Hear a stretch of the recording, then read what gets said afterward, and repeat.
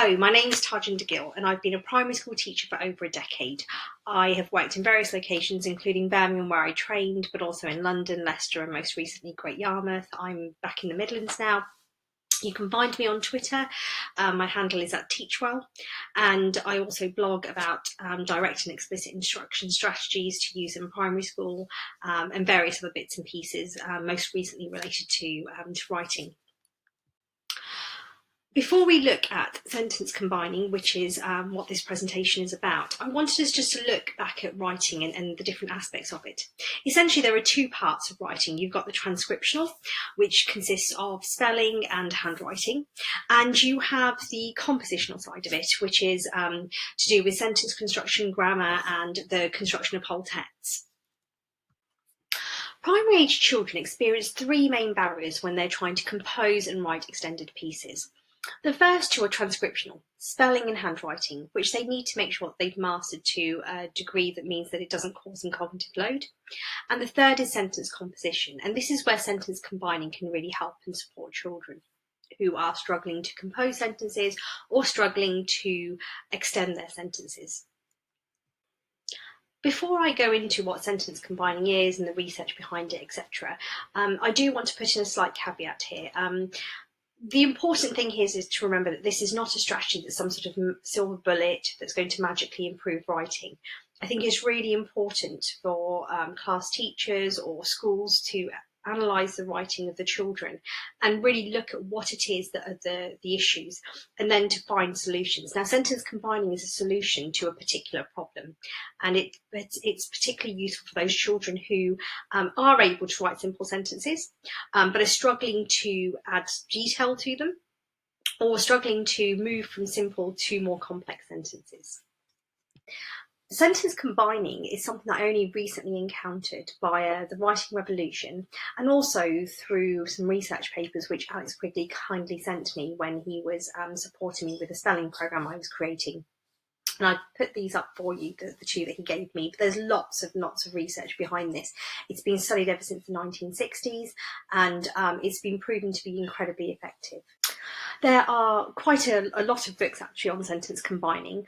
The two that I used in terms of my own practice, but also when creating this presentation, are The Writing Revolution, which has a section on sentence combining, and Bruce Adler's book, which includes lots and lots of examples. I do recommend both. One of the reasons why I love using sentence combining is because as a strategy and an activity, it can be used to teach lots of different objectives. Now, I am going to be concentrating on primary objectives for the purposes of this presentation. However, I'm sure secondary colleagues can adapt these or find other examples in the books and the reading that I've suggested.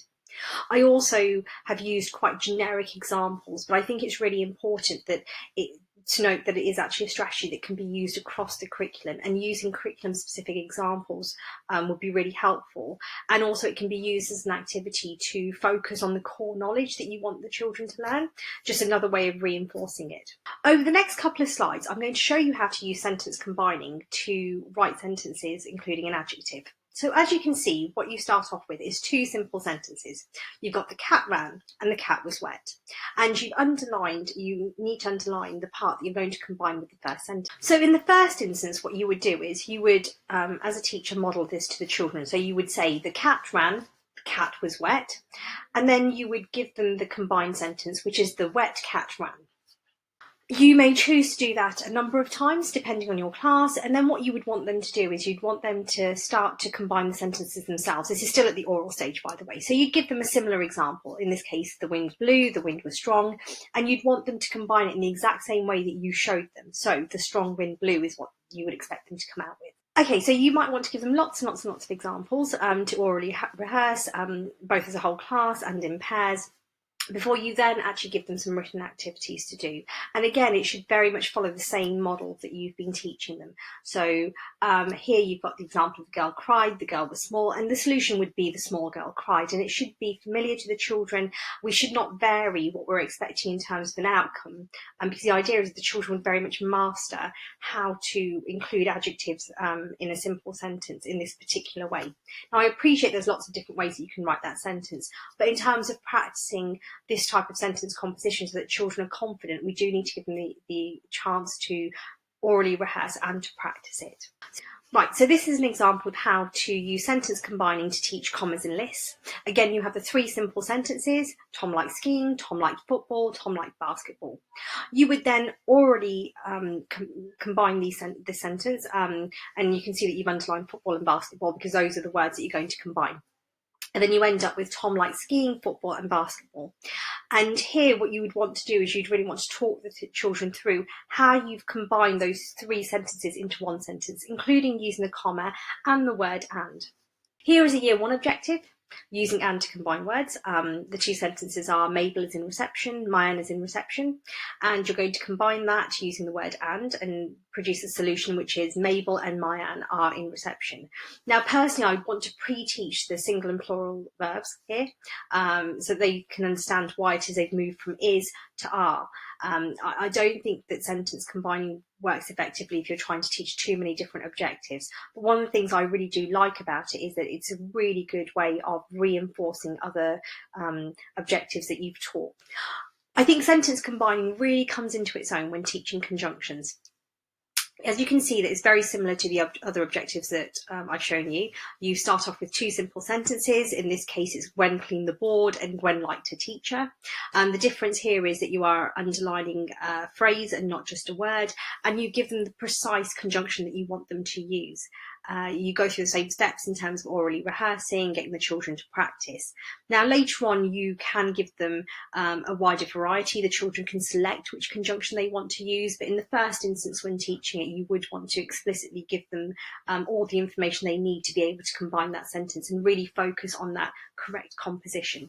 So far, we've only really looked at how we can combine sentences to create another simple sentence or an extended sentence, but very much so with the idea in mind that there is a correct solution or one correct solution. However, in this case, you can see that we've got 2 sentences, and now we're moving on to a more sort of sophisticated understanding of how to combine sentences. Now, in this situation, you've got the 2 simple sentences again. Noreen spent £10. She spent it during a holiday.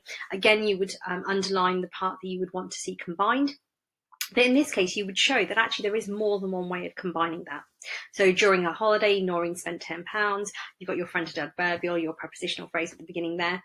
And then the second example being Noreen spent £10 during her holiday. And you'd want children to then start to play around with this, depending on the sentence, to really test out how they can combine simple sentences in different ways and really understand the grammatical aspects better. This is an example that I've adapted from the Writing Revolution. They take 3 sentences, and as you can see, yet again, you've got your simple sentences, you've underlined the parts that you want to combine, and on the next slide I will show you the different ways that you can combine this. Here you can see 2 different ways of combining those 3 sentences. Now in this instance, what I want to do is to give the children a word bank with different conjunctions, having already taught them how to use them using sentence combining. It's also a great example of how you can check to see if children have really understood the use of commas, and you can really talk through the differences between the 2 sentences and highlight key grammatical points, as well as really sort of compare sentences and see which work and which don't, which are more effective and which aren't. There are 2 main types of scaffold that you would use when teaching sentence combining.